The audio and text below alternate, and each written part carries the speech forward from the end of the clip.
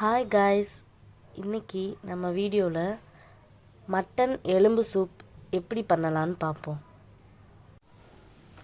ஒரு குக்கர் எடுத்துக்குவோம். அதில் கழுவுன மட்டன் எலும்பு பீஸை சேர்த்துட்டு வெங்காயம், தக்காளி, கருவேப்பிலை, மல்லி, பச்சை மிளகாய் இதை சேர்த்துக்கணும். அதோட கல்பாசி, கிராம்பு, அன்னாச்சி பூ சேர்த்துக்கலாம். அதுக்கப்புறம் இஞ்சி, பூண்டு, மிளகு, ஜீரகம் எல்லாம் தட்டி சேர்த்துக்கலாம். அப்புறம் மஞ்சள் பொடி, மிளகாய்த்தூள், தனியா பொடி மூணையும் சேர்த்துக்குவோம். கொஞ்சோண்டு கறி மசால் தூள் மட்டும் சேர்த்துக்குவோம். உப்பு தேவையான அளவு ஆட் பண்ணிக்கோங்க. அதோட ஒரு 3 கிளாஸ் தண்ணி ஊற்றிக்கோங்க. ஊற்றிட்டு ஒரு 2 ஸ்பூன் இல்லை 3 ஸ்பூன் நல்லெண்ணெய் மட்டும் விட்டுட்டு அடுப்பில் வச்சுருங்க. ஒரு 5-6 விசில் வந்ததும் அடுப்பை ஆஃப் பண்ணிடலாம். கொஞ்சம் ஏர் அடங்கினதும் நீங்கள் சூப் சர்வ் பண்ணலாம்.